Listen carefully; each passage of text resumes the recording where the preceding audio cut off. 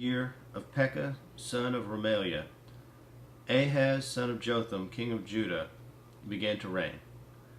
Ahaz was 20 years old when he became king, and he reigned in Jerusalem 16 years. Unlike David his father, he did not do what was right in the eyes of the Lord. He walked in the ways of the kings of Israel, and even sacrificed his son in the fire, following the detestable ways of the nations the Lord had driven out before the Israelites. He offered sacrifices and burned incense at the high places, on the hilltops, and under every spreading tree. Then Rezin, king of Aram, and Pekah, son of Remaliah, king of Israel, marched up to fight against Jerusalem and besieged Ahaz. But they could not overpower him. At that time, Rezin, king of Aram, recovered Elath for Aram by driving out the men of Judah. Edomites then moved into Elath and have lived there to this day. Ahaz sent messengers to say to Tiglath-Pileser, king of Assyria, I am your servant and vassal. Come up and save me out of the hand of the king of Aram and the king of Israel, who are attacking me. And Ahaz took the silver and gold found in the temple of the Lord and in the treasuries of the royal palace, and sent it as a gift to the king of Assyria. The king of Assyria complied with it by attacking Damascus and capturing it. He deported its inhabitants to Kir, and put Rezin to death.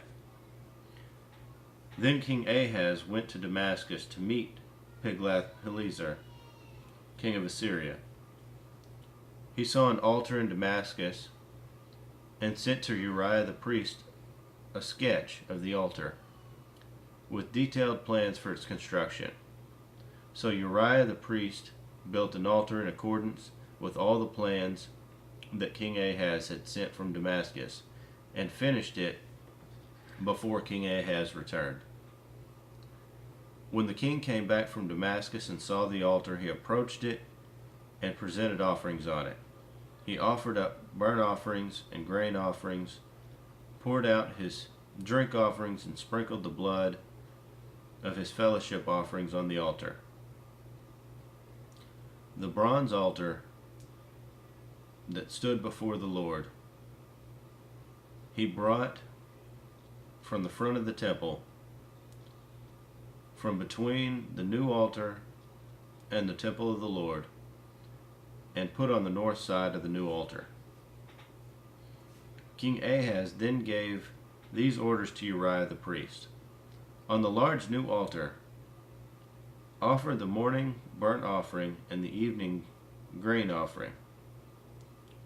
The king's burnt offering and his grain offering, and the burnt offering of all the people of the land, and their grain offering, and their drink offering. Sprinkle on the altar all the blood of the burnt offerings and sacrifices. But I will use the bronze altar for seeking guidance. And Uriah the priest did just as King Ahaz had ordered. King Ahaz took away the side panels and removed the basins from the movable stands. He removed the sieve from the bronze bowls that supported it, and set it on a stone base. He took away the Sabbath canopy that had been built at the temple, and removed the royal entryway outside the temple of the Lord in deference to the king of Assyria.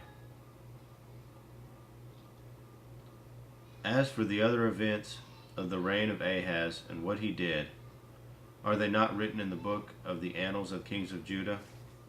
Ahaz rested with his fathers and was buried with them in the city of David, and Hezekiah his son succeeded him as king.